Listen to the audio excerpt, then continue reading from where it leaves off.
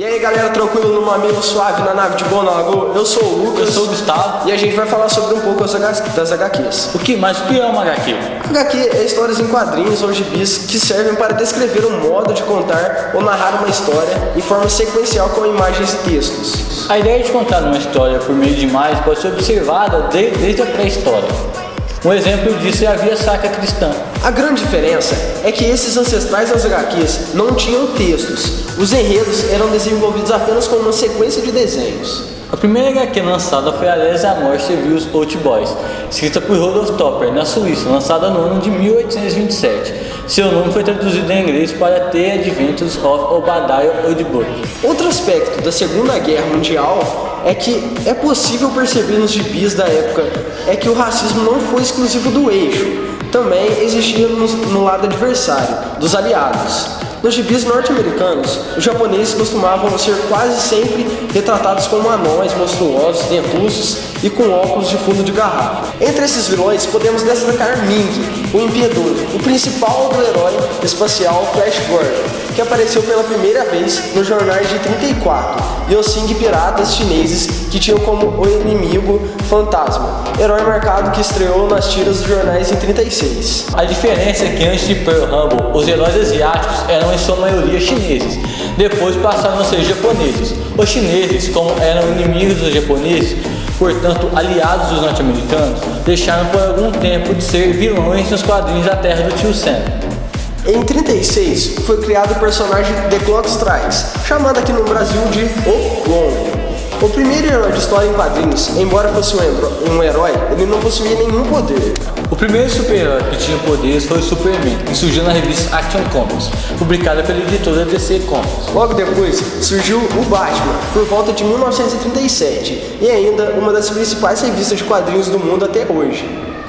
Tanto o Superman quanto o Batman eram propriedades da National Comics, que mais tarde veio se chamar DC Comics. O estilo das HQs é bem diferente do que temos hoje, pois ainda não existiam os balões de texto das HQs atuais. Tinha um desenho e uma frase que explicava. Chegamos no ano de 39. O primeiro gibi do Capitão América foi publicado em março de 41.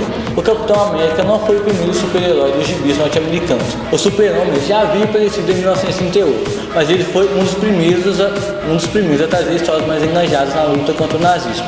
Foi quando se tornaram comuns gibis que traziam capas com heróis socando ou ridicularizando os ditadores do eixo. Hitler e seus aliados, Mussolini, ditador italiano, Tojo, primeiro-ministro japonês. Criado pela dupla de desenhistas Jack Kirby e Joe Simon, o Capitão América tinha como seu principal inimigo o Caveira Vermelha, um super vilão nazista. Porém, em 85, começou a surgir as tirinhas nos jornais dos Estados Unidos, o primeiro sucesso, que foi Yellow Kid, escrita por Richard Outcault, que foi um dos pioneiros em HQs. Yellow Kid foi o responsável por criar uma das principais características da história em quadrinhos. As tiras dos jornais, que eram publicadas uma vez por semana, fizeram um grande sucesso. Logo após, surgiu Katzenmer Kids. Foi o primeiro gibi que utilizou todos os elementos clássicos de uma história em quadrinhos. E esse gibi foi escrito por Rudolf Dirks. Anos depois, surgiu Little Lamb, em Slumberland. Foi o primeiro gibi que trouxe a questão de perspectiva. A partir daí, os quadrinhos já foram produtos fixos do mercado e já tinham sua fama estabelecida. Logo, muitos personagens foram criados, como Gato Félix, Tintin e Popeye.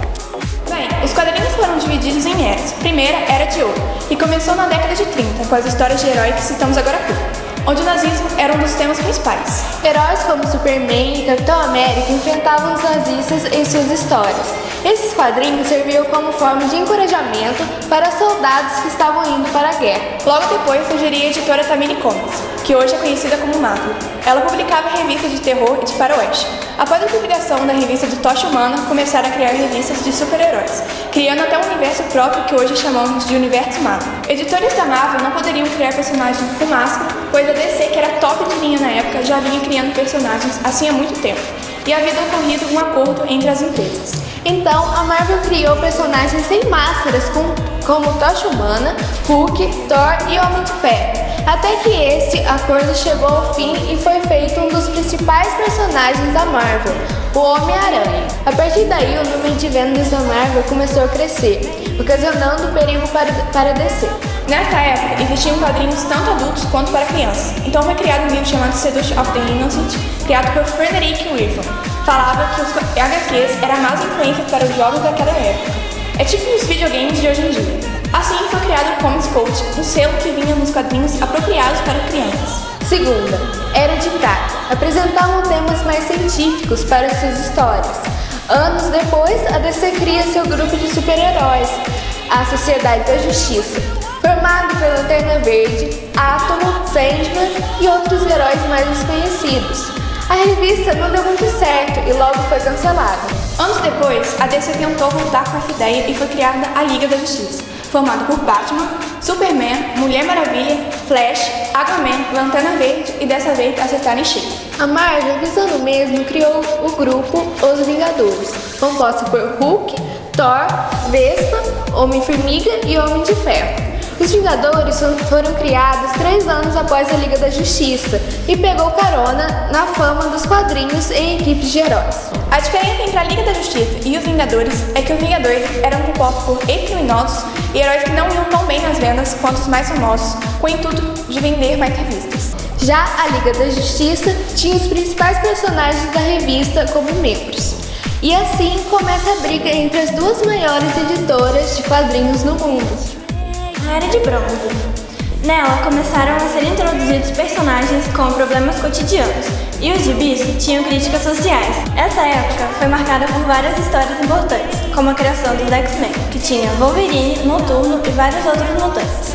Também foi lançada a história do Demônio da Garrafa, do Homem de Ferro. Os quadrinhos começaram novamente a se tornarem mais sombrios. Nessa época foi criada a história Batman e o Cavaleiro das Trevas. Era de Ferro. Tinha histórias mais tensas e sombrias, em que heróis tinham atitudes violentas e estavam sem fé na humanidade.